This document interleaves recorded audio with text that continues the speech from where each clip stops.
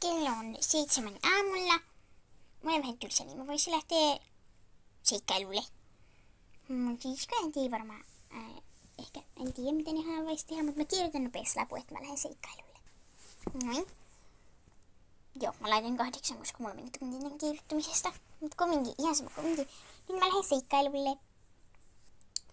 Antika vikaa taas. Käski taas mun hakea. Lähdin seikkailulle. Okei, mä menen tää äidille. Mä arvasin, että äidille ei kelpaa. Sitten mun ihan sama. Vihdoin pääsee seikkailulle.